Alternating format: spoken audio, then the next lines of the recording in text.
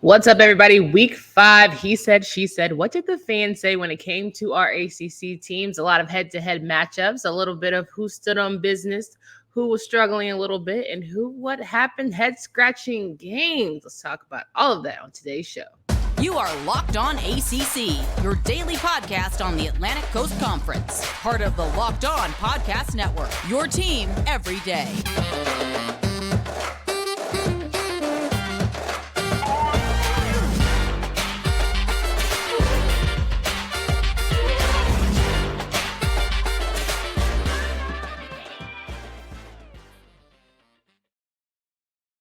Things for certain, two things is for sure. When it comes to the ACC, you can never quite predict it fully, and that is how the nature of this beast goes. Welcome to the Locked On ACC podcast. This is Candace Cooper, joined by Kenton Gibbs each and every day. You can find us wherever you listen to podcasts. Make sure you download, subscribe to the pod, as well as talk us through anything that you've got going on.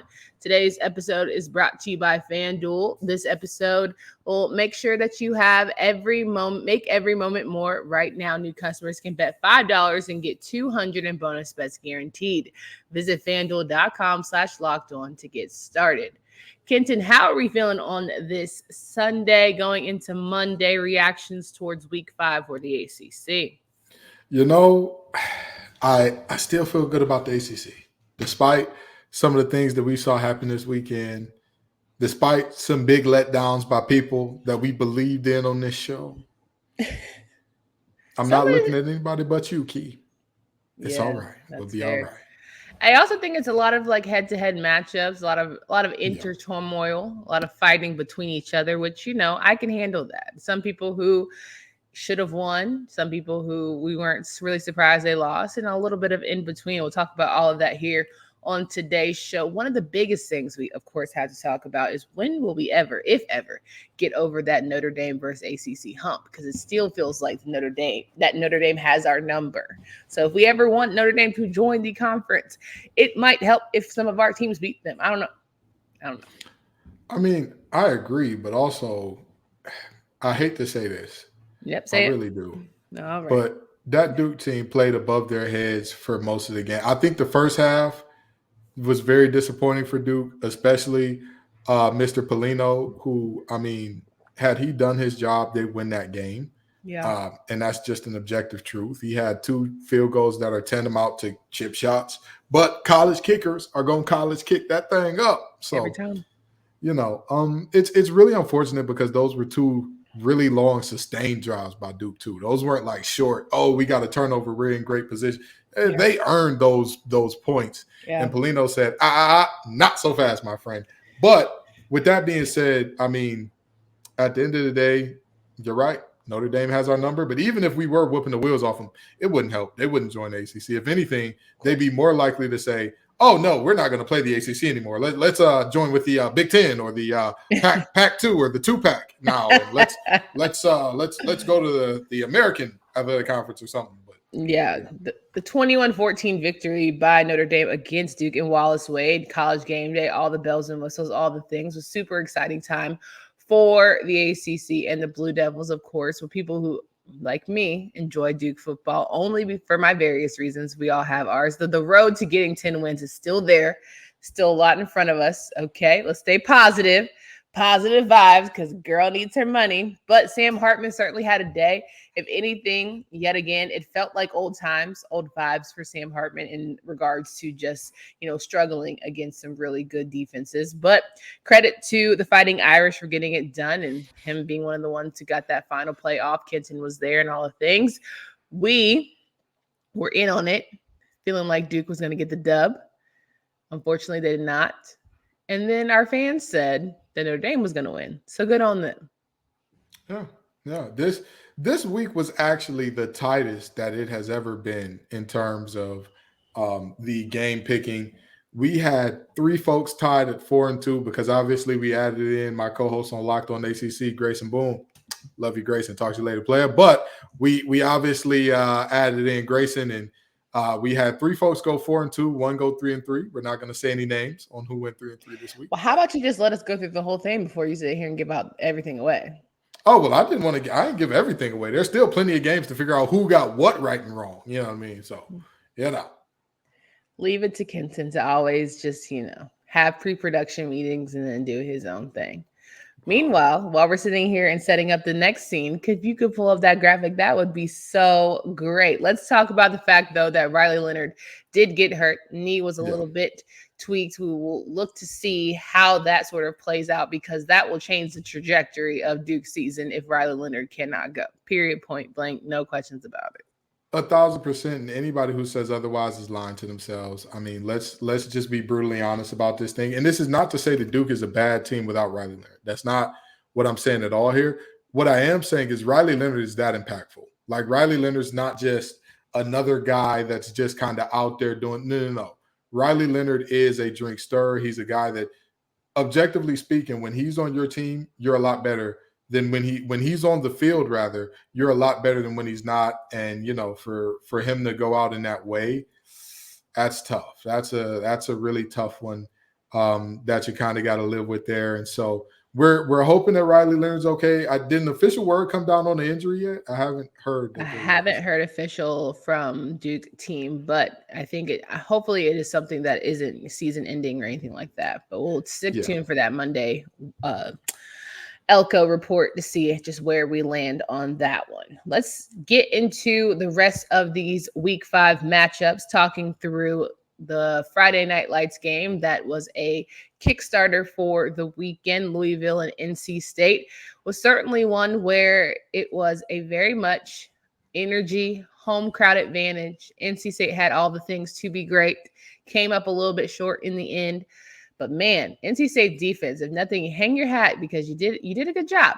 You did a good job. That offense, on the other hand, we're working on it.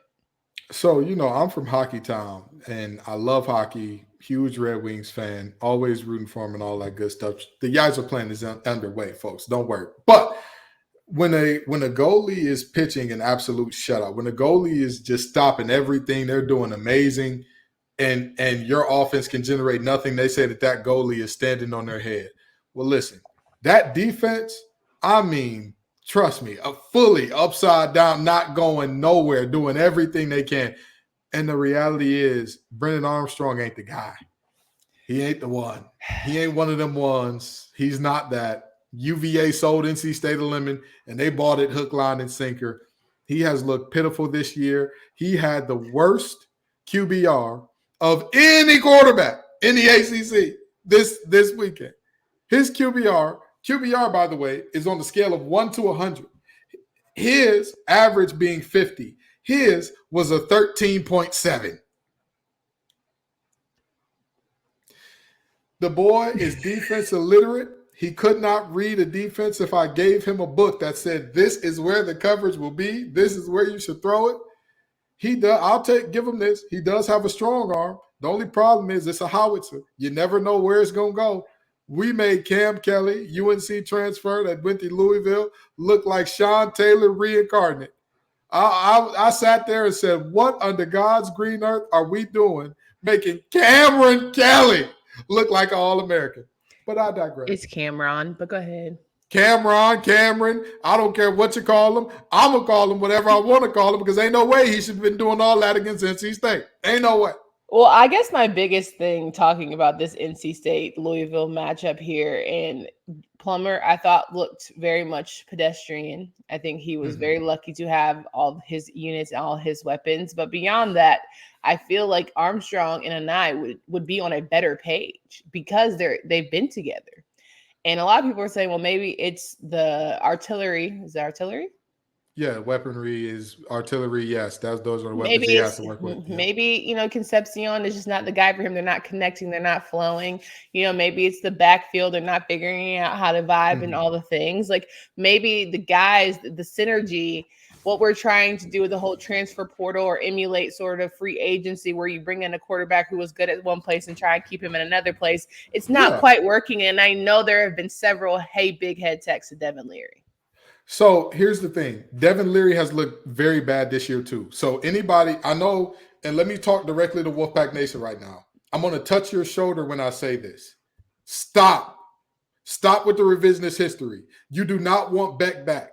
Beck has Coastal Carolina looking completely pedestrian, and they were a group of 5 powerhouse before he got there. Well, I don't think they want Beck back, but maybe they. I didn't say, hey, big head to Beck. Hey, big head to Devin. I was going to Devin next. Devin was next in line. If it wasn't for a running back that they call Babyface Ray, Sweet Baby Ray Davis, if that young man wasn't in that backfield, you don't miss Demi Sumo. I promise you. He ain't pissed to drop at Kentucky either. You don't miss Devin Leary. I promise you. The boy, even if you gave him a gallon of water in every water pill you could find, he ain't pissed to drop at Kentucky. I'm trying to tell you right now, there was a point in time in that game where Devin Leary was 4 of 10.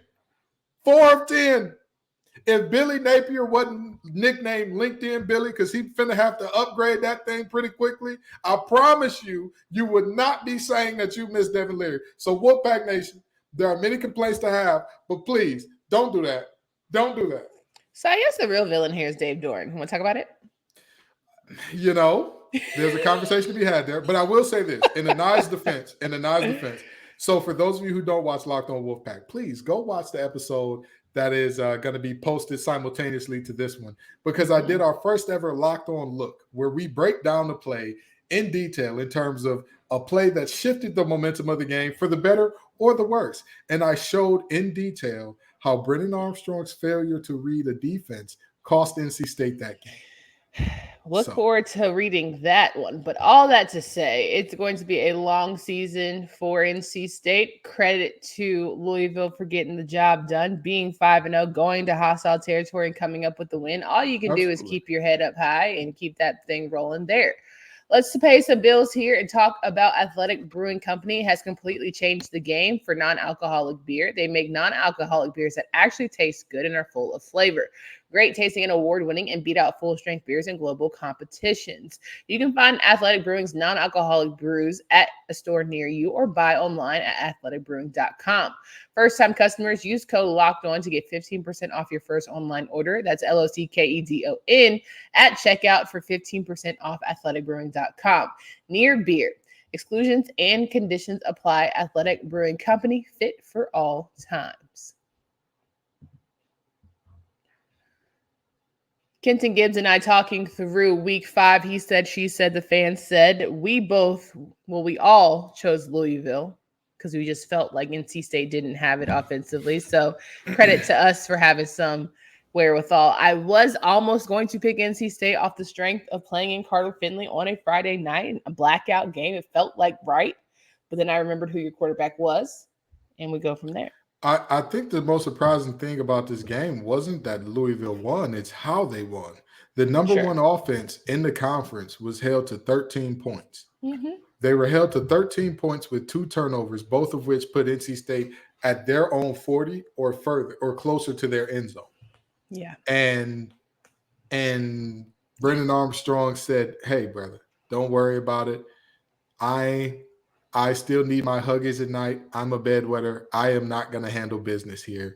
And so that's exactly what happened. But let's move on and talk about some more fun games than that one.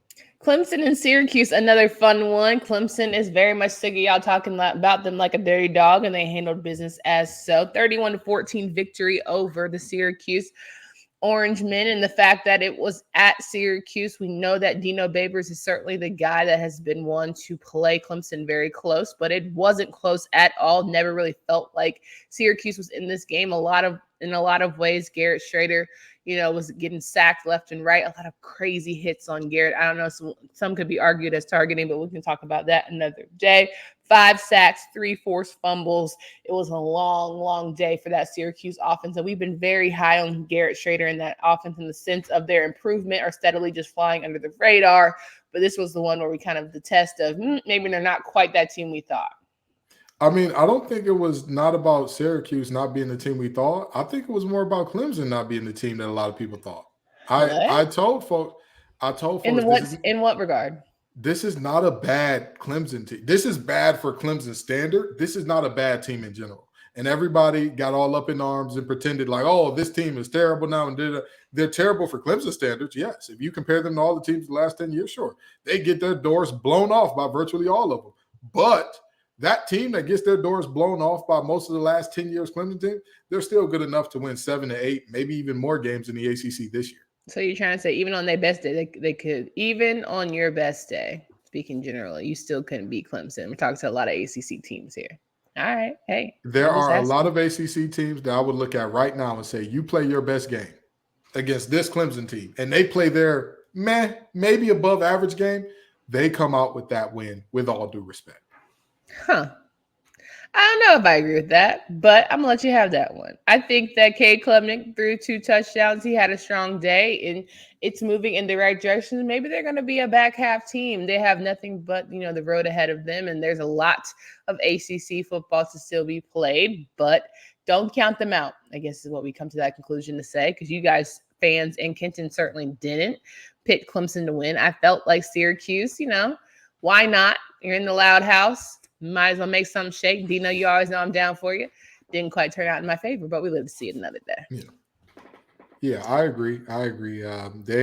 And I'll tell you what, Syracuse, you gave your best effort, didn't play a great game. I knew that this was going to be an uphill battle regardless, but especially without Aronde, who's lost for the season, it was going to be tough to generate offense, tough to get guys open. And again, Syracuse still has a lot of season ahead of them. All their goals are still ahead of them. So keep your heads up and keep going, Orange. I mean, let's talk about Orange, specifically the Virginia Cavaliers, Boston College, battle of the bottom. It seemed, and we thought, we're going to throw away game. However, Boston College figured out a way to win, figured out a way to keep one more paycheck for Coach Hafley and the boys. And I think that despite, everything they could do to not be in the game, they figured out a way to win. And that has been their Achilles heel literally this entire season.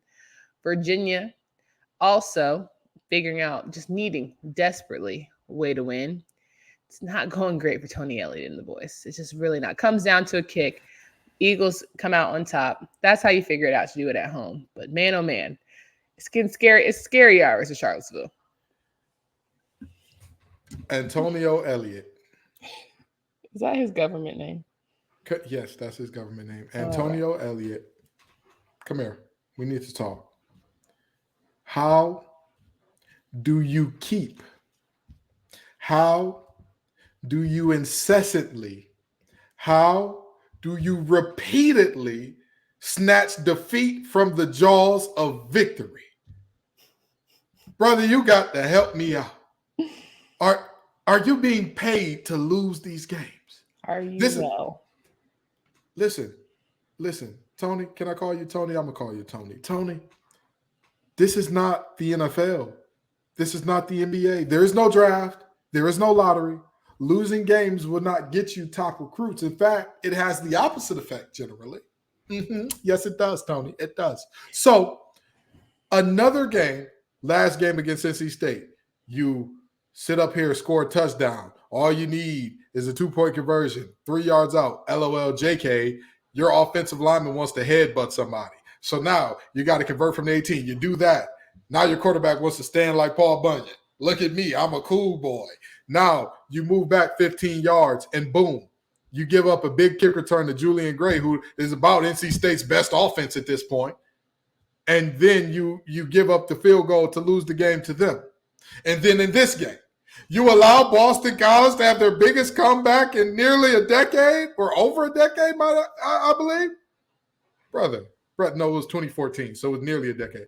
Brother, what are you doing? How are you doing this? I just don't understand. I'd argue that Virginia might be our most unserious team in the ACC. Very much so. Very much. I don't see, and you and I said that there's no way for them to go but up. And Tony Elliott said, I'll be damned if I don't try to go lower.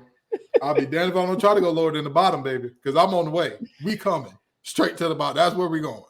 We all picked Boston College out of the he said, she said fancy. Castellanos did what he needed to do in terms of helping to get that rally cry. I love the non-give up mentality of this young man. I think it's very important how, if you look at both sides, right? We have two coaches vying. If for whatever reason, let's say Tony Elliott was on the hot seat, you got a team that's willing to fight for and want for, this program to be better in Boston College. Do we say the same for Virginia? I don't know. It's getting a little dicey. definitely getting a little dicey. And I feel for it because, in spite of the tragedy, there's a lot going for them, but they just don't have, like, beyond horse in the stable. It's just something is off. Something is off for that program. I agree. That's a snake bitten program if I've ever seen one. Again, every time they get close, every time they get right there, and then they let you down. And this was a game that if Virginia wanted to win 2 to 3 games on the season, they needed this one, and they didn't get it. Child, I can't. Undefeated. Winless sounds crazy. Defeated, if you will. Defeated. Snap into action this NFL season with FanDuel, America's #1 sportsbook. Right now, new customers get $200 in bonus bets guaranteed when you place a $5 bet. $200 in bonus bets, win or lose. If you've been thinking about joining FanDuel, there's no better time to get to the action. The app is super easy to use with widespread betting options, including spreads, player props, over-unders, and more. Visit FanDuel.com/LockedOnCollege and kick off the NFL season. FanDuel, official partner of the NFL.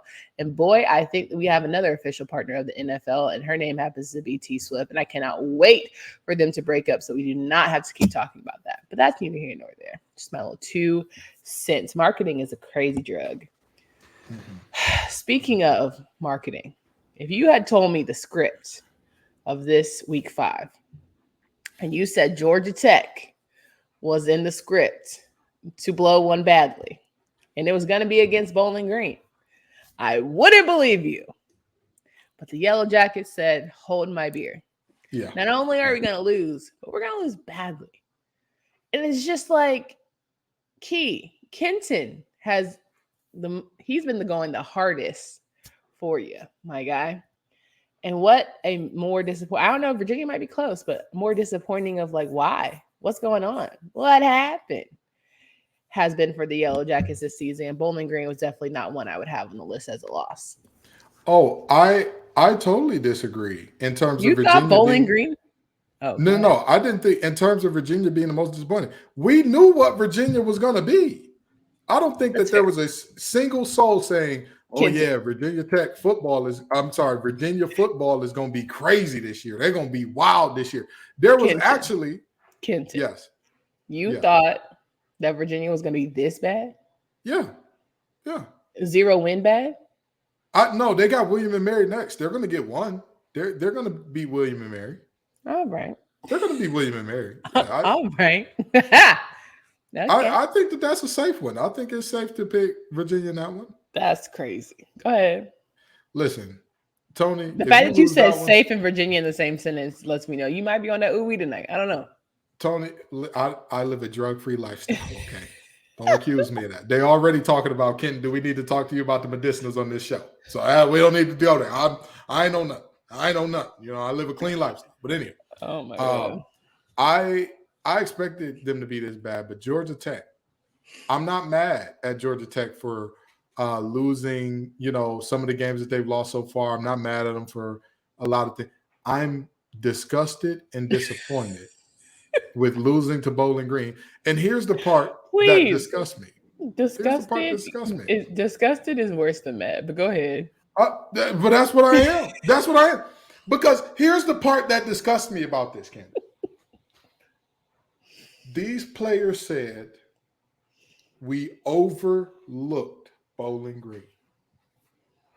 Now, here's my only problem with that. This is my only problem with that. Not a single player on that roster has been to a bowl game in a Georgia Tech uniform. Have you had a winning season? Bump that. No. So what are you overlooking, big dog? The last time that this team went to a bowl game was 2018. 2018. So I'm sorry, there may be one 5th or 6th year guy because of COVID and all that. There may be a couple of those that are still on the roster who went to a bowl game one time when Paul Johnson was there. That's it. Yeah. How under God's green earth? And by the way, Paul Johnson ran the triple option, so I'm pretty sure all of his boys are gone. I would bet my left pinky on that one, but I'm sure there's one or two hangovers from that. How you overlook somebody? How you, Coach Key, fool me one time. Shame on you. You cannot trick me. You will not trick me again, Coach Key. You cannot trick me. That is the end of that one. It's a wrap for you, baby, because I ain't believing in you no more. After losing to Bowling Green, we got Maction in the ACC again. Where is Bowling Green? Let's talk about that. It's in Ohio. The MAC is doing a sweep through the ACC. Northern Illinois beating Boston College. Bowling Green beating Georgia Tech. The MAC is the fans did a sweep through the ACC. Lord, and we all got because we all picked Georgia Tech because we all thought, there's no way Key loses. There's just no. And let me tell you, when I turned on the game, 14-0 Georgia Tech, I said, all right. That's what I like to see. Then I get to Duke and Notre Dame, and I get set up and all that. Somebody from the Irish media staff was in my spot. It's cool. We not mad about that. I got another They spot. stole our spot again? Spot stealers, spot thieves, if you will. Did you tell them to move? No, it was cool. It was the seat right next to it was open, so I sat in that seat. No big. Either way, I was going to be between a bunch of Irish media members. I really didn't care. Don't make me no never mind. We all cordial. We all friends in here, Sure. But I look at the score and I say, I wonder how much did Georgia Tech throttle them? What? I'll tell you what, Coach Key, you've made an enemy out of me for fooling me this time, brother. I can't wait for ACC kickoff next year. Y'all are gonna have a time. Oh yeah. You had that Collins effect where I told you I had the same thing happen to me. You've been buying Jeff Hafley for a while. You was buying Jeff Hafley up until this year. First of all, we're talking about Georgia Tech, so pipe down. Oh, I'm just saying. Pipe down. You might believe in Durham, but I got oceanfront property to sell you there too. So how about you just sit there and don't say a mumbling word? Don't say a mumbling word. And that's why you on mute. Thank you so much. Let's talk about our last game here, Pitt and Virginia Tech. The Hokies figured out how to win in Lane for Saturday night. And let me tell you, there's something that has to be contagious about a win in that sort of environment. And I feel like the Hokies have turned the corner with drones. We're going to keep this train moving. Pry, if you know anything, is you better not have drones come behind Grant Wells if you know what's good for you. Yeah. So let me address the fans first, and then I'm going to address Coach Pry. Fans, I know that it's tempting. I know it's very tempting to say, ooh, another drone strike. Don't. Stop. That is in very poor taste. Drone strikes are not a good thing. Moving forward from there, Coach Pry, why did you get that job? Candace, do you remember how the guy before him, predecessor was fired? Yes, I was looking for the word and I couldn't find it. How his predecessor was fired? Well, Coach Fuentes, he benched this guy. I don't know if you're familiar, Hendon Hooker, who went on to Tennessee, went on to beat Alabama, all the things. He benched him for this guy. What was his name? Braxton Burmeister. Yeah. Braxton Who was retired from football while Hendon went on to become a Heisman finalist. And he's he's recovering from ACL, but he's playing for the Detroit Lions. Playing for the Detroit Lions. The NFC North leading Detroit Lions. Now, this is the thing that I find so interesting. I learned this this proverb a long time ago, and it stuck with me. It takes a fool to learn from his own mistakes. The wise man learns from the mistakes of those before him. Mm-hmm. Coach Pry, learn from the mistakes of the people before you. Mm-hmm. Drones has this offense humming. There is life. There is vim and vigor. People are excited about this offense with Chiron drones. I am trying to tell you as nicely as I can, to keep it respectful, Coach Pry, that's your guy. Well, I That's think your people QB. aren't accounting for what energy does for programs, right? Because if we take Dave Doran and Brennan Armstrong, just to make example, right? If you take Keaton Slovis last season at Pitt and Narduzzi, like you try and fight for these guys, and I get it. You might think that it works. It might be some type of ploy, but it's not working. And if your team is not responding well to them and their leadership, you might have to look within and say, what are we doing here? If Grant Wells is not the guy, you see someone else being the guy and having to thrive and do all the fun things, maybe keep that guy, because W's keep your lights on. That's all I'm gonna say. They keep your lights on. They keep your lights on. They keep you employed. They keep your family from not having to move again. Okay. But I want to talk about a very interesting thing that, I talked about Brennan Armstrong and how terrible his QBR was and how it's unforgivable, honestly. You can't look at that QBR and say, hey, this is a serious quarterback. You can't. Well, hurry so we can get out of here, please. Brennan Armstrong was dead last in QBR this week. Do you want to know who was first? Drones. Kyron Drones. That brother can ball. Coach Prod don't take the ball out of his hands, or else don't worry, they're going to take you up out of Lane Stadium and put you somewhere else. I don't know where they're going to put you. I don't know, but they're going to put you somewhere there. And I hope Grant Wells goes with you. I hope that you two can, if that's the ship you want to go down with, I hope that y'all two have the most beautiful marriage at whatever new school you're at. I hope the Southeastern Delta Valley, Mississippi, Louisiana State University, Island of Misfit Toys Community College has a great spot for both of y'all. But I'm telling you, Drones is your guy. Okay. Thanks. And that's it. That's all she wrote. Now let's put up the graphic so we can get right church and let's go home. Please get right church so we can go home. I definitely feel like ultimately the ACC is in a good place. Sorry. But with that being said, Candace has a new record of 39-14. I was 3-3 for the week. Thank you, Georgia Tech. Thank you, Syracuse. And thank you, Duke. Kenton is 4-2 on the week, 44-9 overall. And the fans were 4-2 on the week, 44-9 overall. Thank you, Grayson, for participating this week and being 4-2 with the fans and Kenton. 44-9 is a tie between the fans and Kenton. I've got a long way to go, but I'm not out of this thing. That's all I'm going to say. There's a lot of football left. A lot of football left, right? 12 weeks of this bad boy. I think that the fans in Kenton are on one accord, but it's eerie how they're picking different games and winning and losing those alike. So thanks for the graphic. I think ultimately, we keep rocking and rolling here. And I think it's fun that we have some ACC teams that are doing really well, stood on business, those that are ones that we got to, put in our prayer closet, and others who we just, listen, at the end of the day, you got to play the games. You tried your best. You there. You showed up. So. Yeah, 1,000%. Yeah, I think it's all in all going to shake out to be what will be a pretty exciting into the year. But more football to be played. Power rankings are coming up on tomorrow. Where is your team going to land? I know everyone gets in their feels. Please do not cuss at us because we do cuss back. It's like, just got to relax. It's not that deep. We're all here to have fun. But come back tomorrow. We will do our power rankings and make sure you guys are squared away for week 6 of ACC football. For Candace Cooper and Kenton Gibbs. Until next time.